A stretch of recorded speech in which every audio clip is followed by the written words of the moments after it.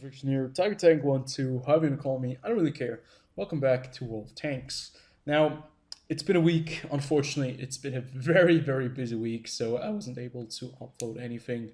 I'm very sorry about that, but yeah, there's no other way how I can deal with those things right now. Yeah, next week is going to be better. Next week, I'm going to have a couple of days of free time, and I'll probably try to produce some videos for the foreseeable future that we at least have 1 or 2 weeks every 1 or 2 videos every week. So today we are on the test server because I kind of completely missed the first iteration. I did check into it, I did look at some of the changes, but I didn't really play the new Swedish tanks, and that is something that we're going to take a closer look at today. Yeah, patch 1.5 is probably going to be a larger patch if we compare it to the previous patches that have been released. 1.41 and 1.4 weren't that large. I don't think they added new vehicles during that time, but they did fix some issues with the game. Matchmaking has been overworked a little bit, and artillery is being overworked in this patch as well. So we have some very exciting things coming our way. So the biggest change that will be coming, or the biggest new addition to the game in 1.5, will obviously be the Swedish tech tree. You can see right here, because it's the second iteration of the test server, I have not unlocked these vehicles again. They're going to be adding the Swedish medium tanks. We're going to be unlocking them real fast. It's the UDES 14 Alt 5, the UDES 16, and the UDES 15 16. They're very interesting looking medium tanks, and they have very interesting designs and very interesting way of how you play them. But we will look at them just in a second. Before that, we're going to take a look at some other changes that will be coming. Mainly, the biggest change regarding the premium account, and that is the brand new premium account that is coming into World of Tanks. So previously, if you didn't know, the premium account that you owned was basically put on every single World of Tanks wargaming game, that being World of Warplanes and World of Warships. Now, World of Warplanes wasn't that popular, but World of Warships was pretty popular, so it was pretty nice. You just bought premium for basically World of Tanks, and you had that premium time also on World of Warships if you decided to play that game, or World of Warplanes if you decided to play that game for whatever reason. And basically what's going to be happening is that World of Tanks is going to get a very new and special premium account deal, and I don't think that if you buy this, it's not going to be going over to World of Warships, which is going to suck for some players who run like both games and had the choice of running premium on just one game and have it for both games. This is going to change, so keep in mind, if you have premium account time right now, it is going to be changed into World of Tanks premium account on World of Tanks when this new premium account is coming out. It's probably going to be the end of the month. So if you do extend your premium time, you're going to get the same amount of days for the World of Tanks premium account as you would get for the World of Warships premium account. That is going to be quite nice. Keep that in mind. What is the World of Tanks premium account?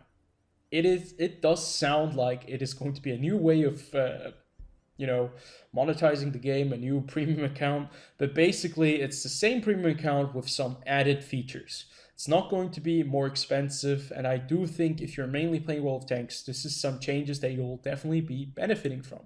So this is the page that you'll see when you click on your name. Previously, you only had like a tab for personal reserves, where they would show you which personal reserves you were able to use. But now you have this whole new window of very interesting features. So you have the premium World of Tanks premium account. You can see 3 days, and you can see I think how much money you make with the premium account. This is right here, the premium account. It costs the same amount as you would pay for a standard premium account in the game. For 7 days, it's also 1,250. But the changes is that now you're going to get like a manageable bonus to experience. You can use this 5 times, and you can see for a victory, or I think it's for a victory or a defeat. Doesn't matter. You can choose which game you want to put this booster on. You can use it 5 times a day. So you're going to be playing like 5 games. You add this experience multiplier by 3 on top of them by 2. It's going to be multiplied by a 5 times victory basically, and that is pretty damn nice, and it's going to help you grind your vehicles faster. It's going to be a lot nicer if you do have a big kind of problem with running around in a stock vehicle, and just that first win where you get like the 2 times XP or the 3 times XP is going to really be the only way where you're going to be getting some experience off that vehicle, because it's not very good. You can use a 3 times multiplier and you're going to get a 5 times bonus on it, and that is going to be pretty damn nice. It's going to help you get the modules faster, and I think that's a good thing. You can also use it on the same vehicle like 5 times if you're trying to grind for a specific tank, and I think this is a nice change. This is something that definitely is going to benefit the premium user. Then they're going to be adding a reserve stock. This is basically a piggy bank that you can raid, I think every week once, or every 2 days the reserve stock will be open. Basically what's going to happen is that the premium account is going to earn 10% more credits. The 10% more credit income is going to be stored in this reserve stock, and I think the limit is something around 750,000, if I'm not mistaken. So, or basically, yeah, you can see right here, it's 200,000 for 2 days. That's 100K for 1 day. What is going to end up happening is that you can get 700,000 credits in a week, added on top of your standard earnings that you'll get immediately into your account. It's a nice feature. I think I don't understand why they just put the 10% additionally on your account, just like standard, but it does work like that as well. That is a new feature as well. Then moving on to the more interesting part, which is a little bit more controversial on the side. It is the personal premium missions. You can see win a battle, you get 50,000 credits added, be among the top 5 players by following parameters: experience earned or damage cost, and you can get 3 times the combat experience multiplier for that game, and destroy 5 enemy vehicles and you get 25 bonds. Now, this is the big problem that I have right here. Wargaming did say back in the days that bonds will never be sold as a premium currency, because when they introduced bonds, people were kind of worried that it was going to be the new premium currency next to gold, just more stuff where you have to put in money. And basically you're going to be able to unlock vehicles later on, very special vehicles that we don't know a lot of, we don't have a lot of information about. You can unlock them with bonds. Now, you're going to be able to earn bonds with these missions, and that kind of does go over to the factor that basically the premium account is kind of pay to win, because if they're going to be selling vehicles for bonds, and there's only a very limited amount of ways how you can earn these bonds, what's going to be ending up happening is that people will basically go and get the premium account just to earn these bonds faster with the missions. So it's kind of pay to win, because the premium account does cost money. That is one of the things that I do think is not very good. I would much rather see these missions set out to be for everyone instead of just the premium account, but we'll have to see how this is going to end up. I am obviously against the idea of adding premium account with the bond special, because it does hurt the players who don't have a premium account. And I just think it's fair if everyone gets the same chance right there. Now, The new feature that's going to be coming in 1.5 that is also very controversial in my opinion is the ability to exclude maps. And you can see we have 37 maps right now that are in the game that are being rotated frequently. Although I do have the feeling that I'm playing a lot of games on Cliff at the moment. I play a lot of games on Ghost Town. And I play a lot of games on Overlord. These are the three maps that I play a lot of games on. And what you can do is now you can select two maps. That is a feature of the premium account. You can, on a non-premium account, you can select one map, but on a premium account, you can select two maps. So let's say I don't like Airfield, I don't like Cliff for whatever reason. These both maps will not be chosen, hopefully, in the matchmaking progress. Now, the thing is, the problem that I see with this system, we have certain maps that are very, very much catered to specific vehicle types. We have, for example, Malinovka, Murovanka, and Prokhorovka. Now, these three Russian maps, now since they are supposed to be somewhere in the Soviet Union, somewhere in the east, and they have very Russian-sounding names, Malinovka and Murovanka. Now, these maps are very open. Now, what does that tell us? Heavy tanks and some heavy tank destroyers will probably not like this scenario.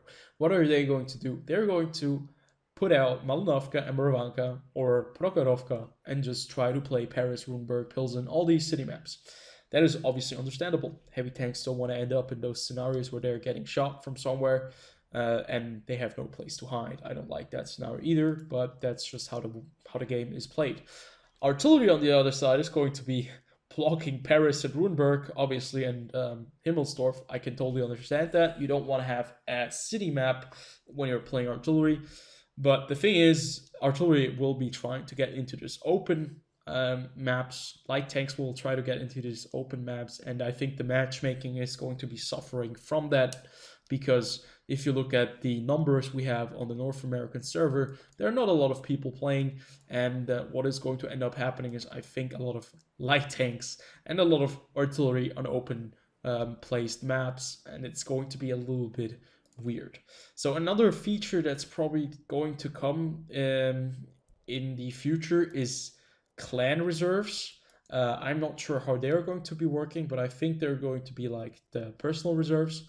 But the clan reserves are like basically running for the entire clan. So basically you can have 5 reserves running at the same time. That is going to be a huge amount of bonus that you'll be getting.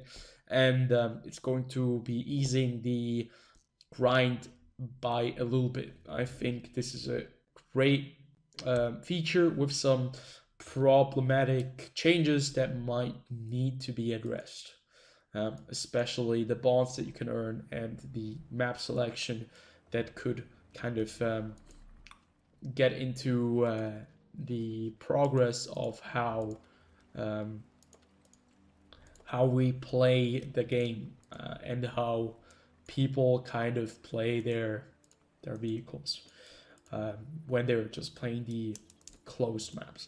So the most interesting feature though on this patch is probably the Swedish medium tanks, and we're going to look at them just in a second. I will actually play the tier 10 version.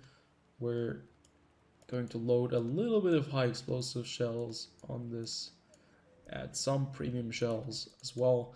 This would be a loadout that I would run on my vehicle as well. I don't have a lot of experience playing the Swedish medium tanks at tier 8, tier 9, and tier 10. I haven't really played the test server that much, so you have to excuse me. We're going to real fast get our crew up to date, and we're going to try to make it a scenario that is kind of believable. So we're not going to be running like a crew skill of 5 different, a crew with 5 different skills, but with at least 3 skills.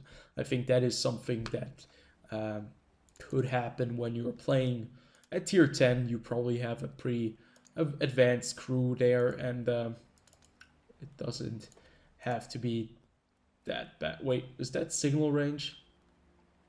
No, that's for view range, right? Okay, view range, exactly. That's what I wanted. So, right here. Right there. And, oh, that was the wrong one. Doesn't matter, fuck it. We're just going with that. So yeah, I'm quite excited for these vehicles because I really enjoyed my Leo.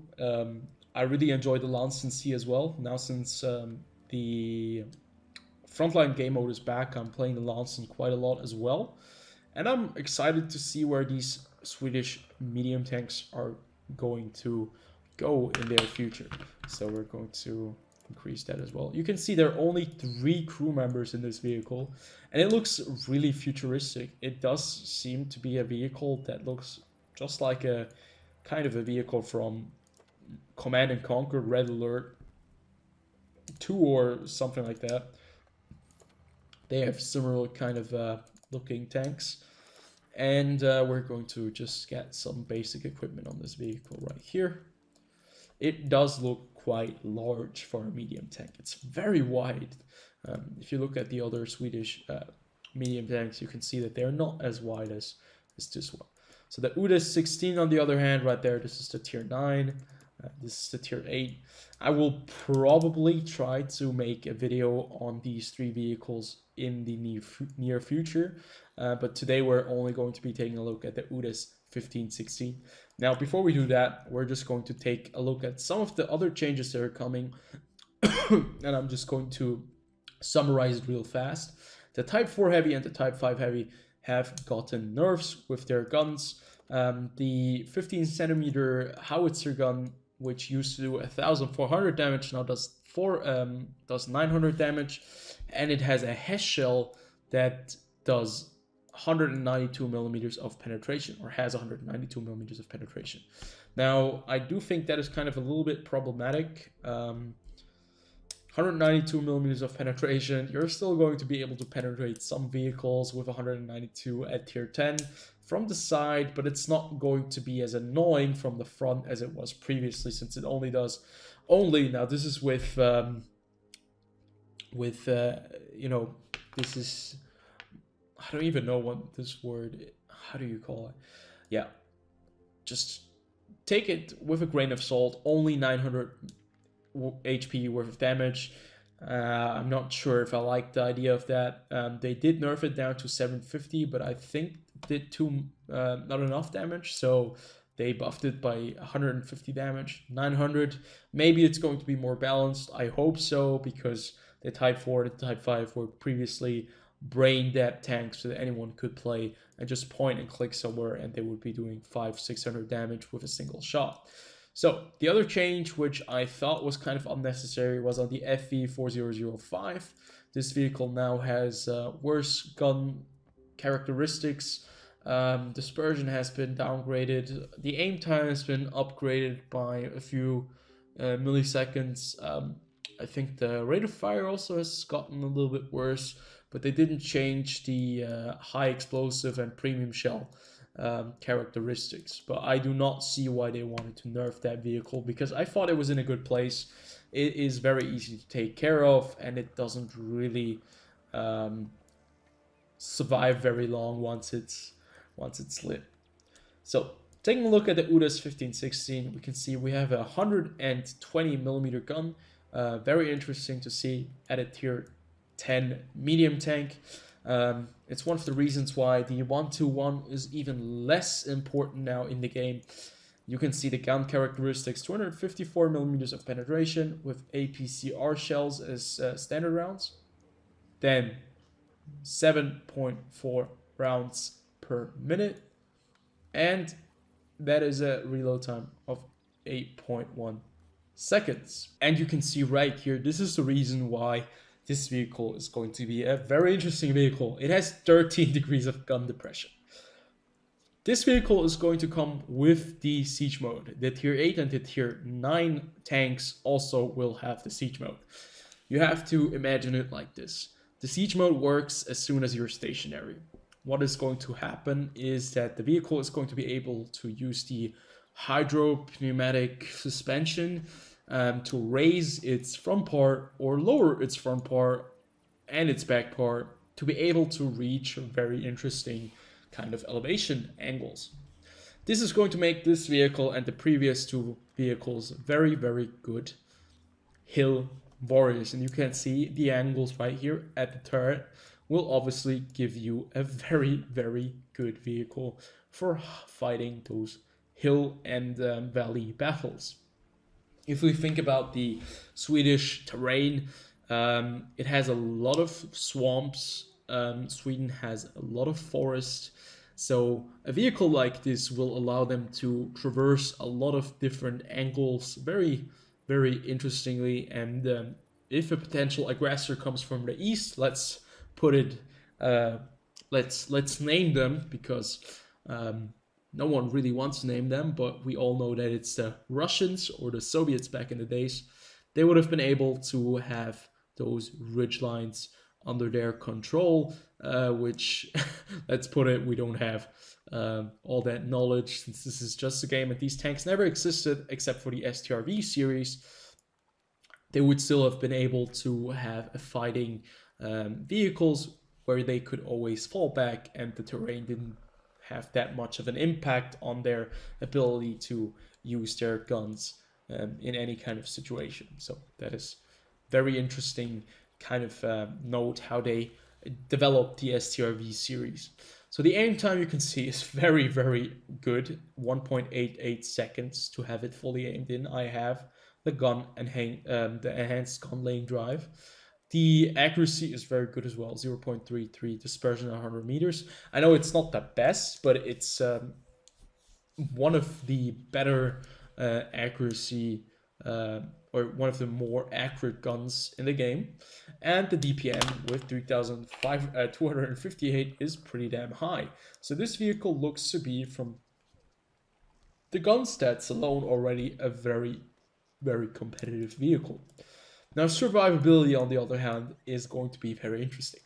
That is 50 millimeters on the front part of the hull, 50 on the side, and 30 on the rear. The problem is just that these statistics do lie a little bit. While you have 100 millimeters of frontal turret armor, 40 on the side, 20 on the rear, as soon as this vehicle does angle at a hill, it's going to be very weird to shoot it with its very nice angling capabilities. So the turret is going to be at this angle. You'll never penetrate this turret from the front. It's going to be auto ricochet. Look at this freaking angling right there. Maybe you can go through the gun, I'm not sure. This part right here looks like a weak spot. The commander's hatch right here. Other than that, I don't see a lot of weak spots on the turret. This is where the front and the side kind of weld together, and it's really weird. We have to see how this tank is going to be playing out in the game. I haven't played it yet, but I do have kind of a feeling how it's going to be played. The top speed, 50 kilometers, nothing too crazy. 50 kilometers per hour, still not bad. It's not the slowest, still faster than my M48 Patton, which I'm still mad about. 56.41 degrees per second traverse speed. Now, this vehicle does turn. It turns very, very good. And concealment-wise, it's not going to be the best. I don't have the cruise skill that much, but you can see 21.24% being stationary and 16% when you're on the move. Those stats could probably be boosted if we use better equipment for those things right there. 411 meters of view range. It's also not going to be one of the best spotting vehicles. It only has 390 base view range, while most of the other tier 10 medium tanks have at least 400 or even more. 410, the M48 Patton has, I have to check real fast, 420 you can see. So this is not going to be one of those very competitive spotting vehicles. So I'd say without further ado, we're going to jump into a battle and we're going to see how this tank plays, because we've seen all the statistics. We kind of know how it should play. And now we definitely will know how well it is going to be up against other tier 10 vehicles.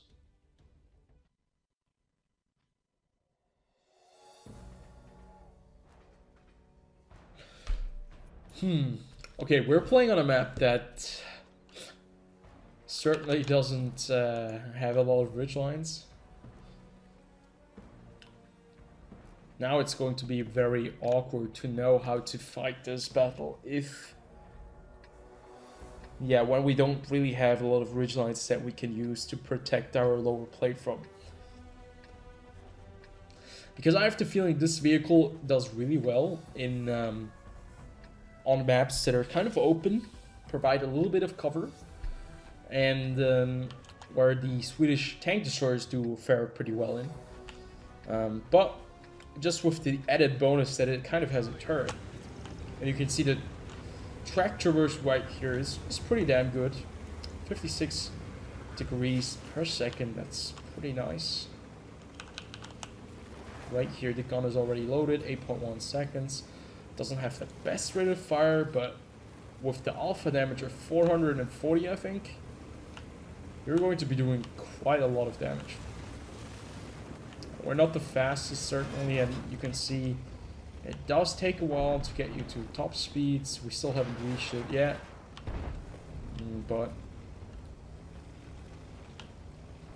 we're gonna get there eventually. Now 50 millimeters of armor on the front part does scream, artillery, please hit me right in the face. That's not a lot of armor right there. We get spotted by Udes, 15-16. We catch around 397 damage, that is a definite low roll. But you were able to see just how quickly the siege mode does activate. You don't have to click anything. As soon as you're stationary, the siege mode goes into action and your vehicle turns into a tank destroyer. You can see right here, this is the little ridgeline right here, and this ridgeline doesn't do anything to stop our tank from being able to basically shoot at the ground right in front of us. This is amazing, if you think about it. I think this is it just shows you how far this game has come from the very early stages where you were playing against a mouse, and now you're playing against freaking Swedish medium tanks that have crazy characteristics in some areas. Not even sure where he is sitting at, but it does seem to me that we're going to be losing this battle by quite a margin. Yeah, playing with randoms on a test server, this is always an interesting scenario. So there's the Udes. I'm not sure if he's going to peek. We get the shot somewhere off, and he doesn't really need premium ammo to penetrate my lower plate right there, or my hull in general. 15 millimeters is not going to be enough to stab the APCR shell. But this is really awkward because I have the feeling this tank was not meant to be in a scenario like this, where it's not really able to use its turret to its advantage. I guess you just have to kind of adapt to these situations yourself.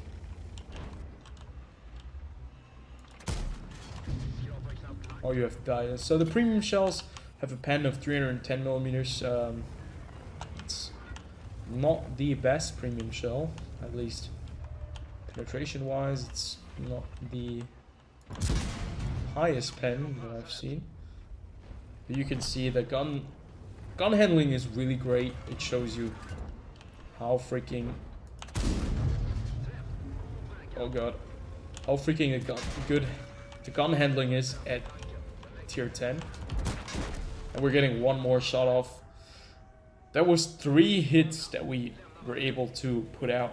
3 hits in 8.1 seconds, doing 1,406 damage. Now obviously this game was not very competitive for us. We weren't able to do a lot, but I hope you guys saw the way that the gun really really shows you 120 millimeters on a tier 10 medium tank. We did 500 damage to a T-57 with one hit. It shows you just how dangerous medium tanks can be with a loadout like that, such as that. Ooh, we have a camouflage net. So I'd say let's jump into another battle and see how this vehicle does fare on a battleground where it can choose its own scenario.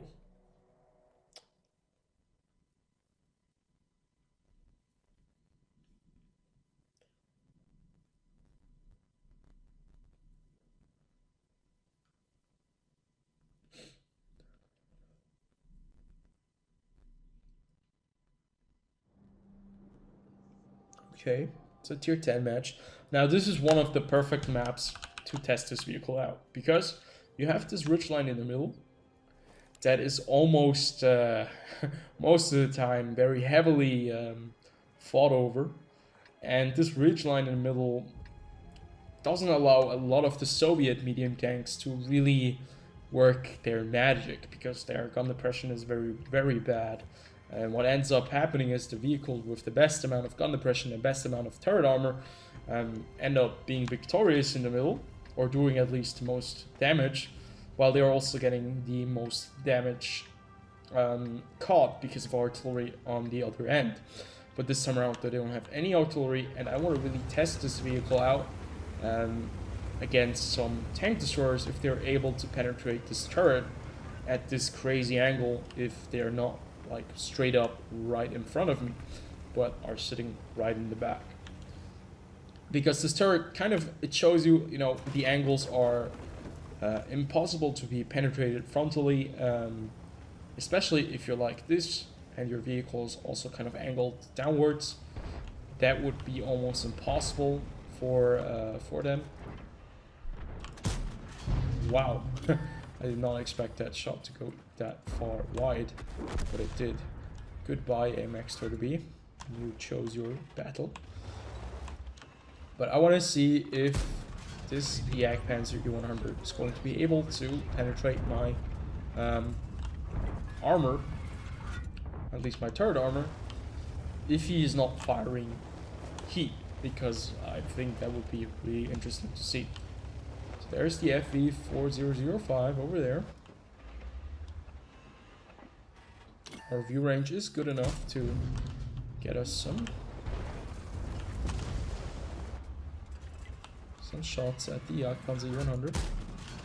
I don't know why I fired that one, but the rate of fire on this vehicle isn't bad either, and you do carry quite a few rounds, so you'll be able to dish out quite a lot of damage in total.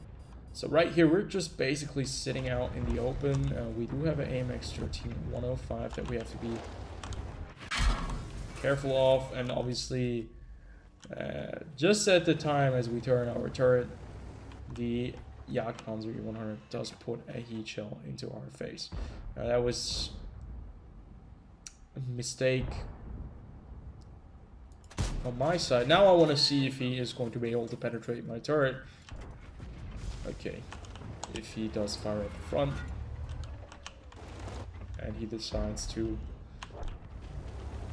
hit the ground right there, but a high explosive shell by the FV4005 is still going to be doing a hell of a lot of damage. Okay, as it turns out, a heat shell of the Jagdpanzer E100 straight into our face is going to be enough to take this vehicle out.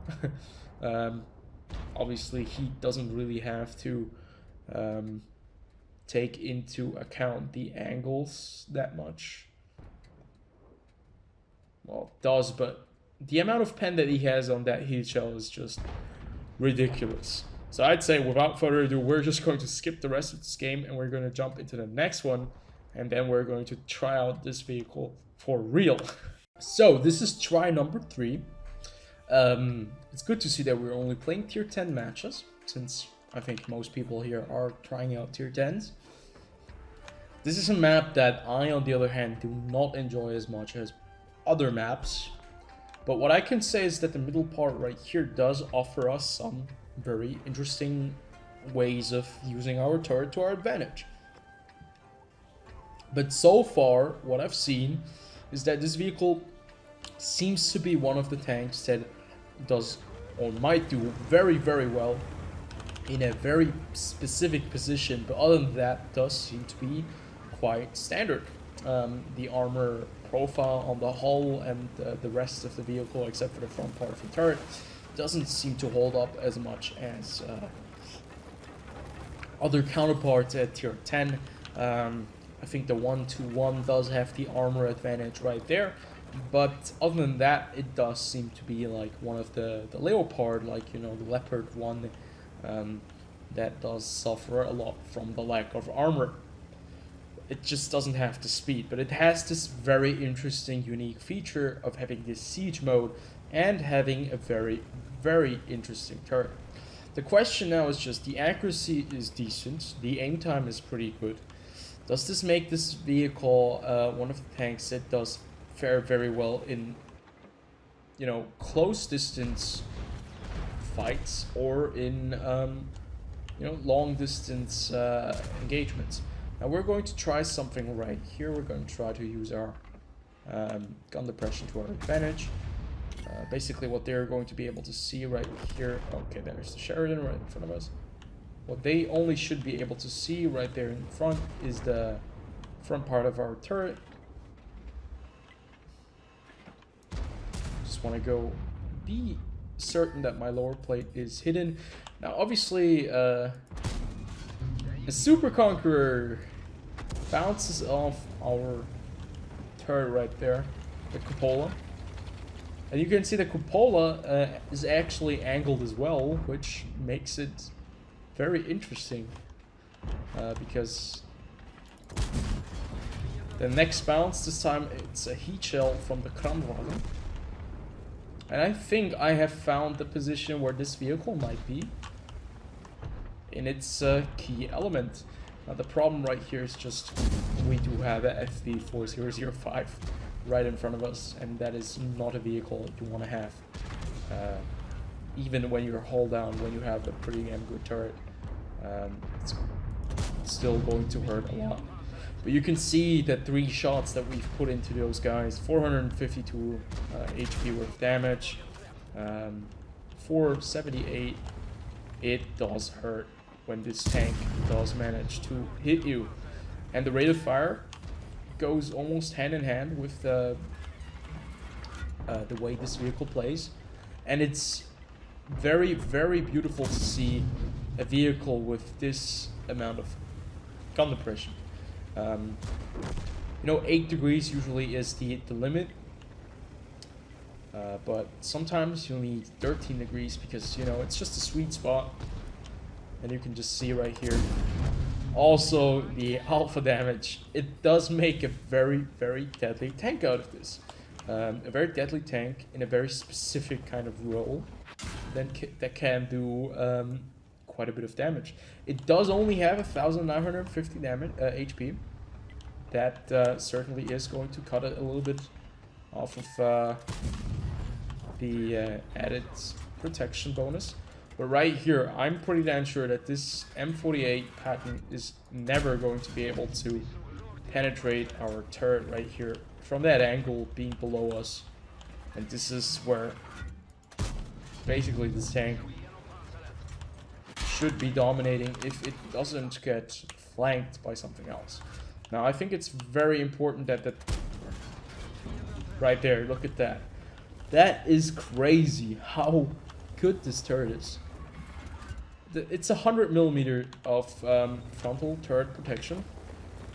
That doesn't sound to be as much armor protection, but being angled at, you know, such a degree.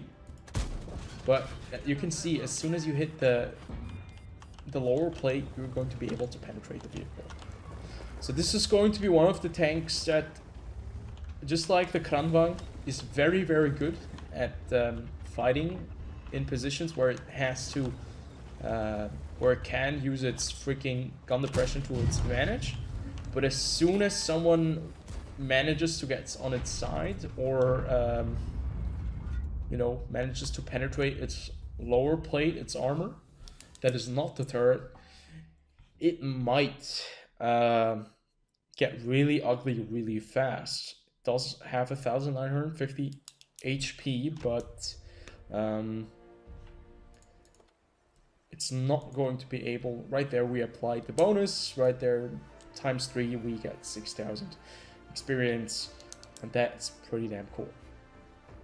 But you were able to see just how good this vehicle can be if it does manage to get into the position where it can use its gun depression.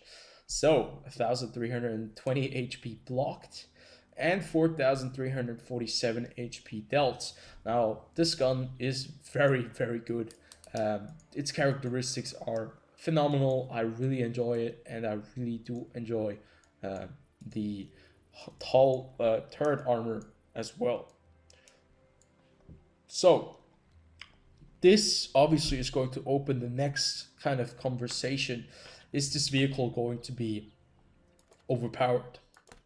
Once again, when I first looked at the Kranwagen when it first came out, I kind of expected that the Kranwagen was going to be able to rip everything to shreds. The Kranwagen also is going to get a buff, because previously Wargaming was not happy how the Kranwagen actually did perform. It also looks really, really cool with this little grenade that, you know, with the shell that actually did manage to penetrate the turret, but not all the way through. It looks really cool. It's the only vehicle that I know of that has like a freaking ordnance stuck in there, an AP shell that managed to penetrate the turret and actually go through the side cheek, the welding right there. But this vehicle, when it first came out, I expected it to be, you know, 225 millimeters of frontal turret armor. It's just going to dominate the entire part of the battlefield. As soon as it gets a hill, it has like 12 degrees of gun depression. But as it turned out, it never got into that sphere where it was so overpowered that no one was able to take care of it. And I think it's going to be the same with this vehicle. I'm going to be really excited when it comes out. And I want to get it as soon as possible. But we have to check the tier 9 and the tier 8 first. So I hope you guys did enjoy this video. I know it has been a bit longer this time around, but I just wanted to show you guys some of the changes that are coming in patch 1.5. And I wanted to show you guys the tier 10 UDAS 1516. I'm going to try to cover the UDAS 16 and the UDAS 14 Alt 5. Up until then, I hope I see you guys on the next one. Until then, peace out.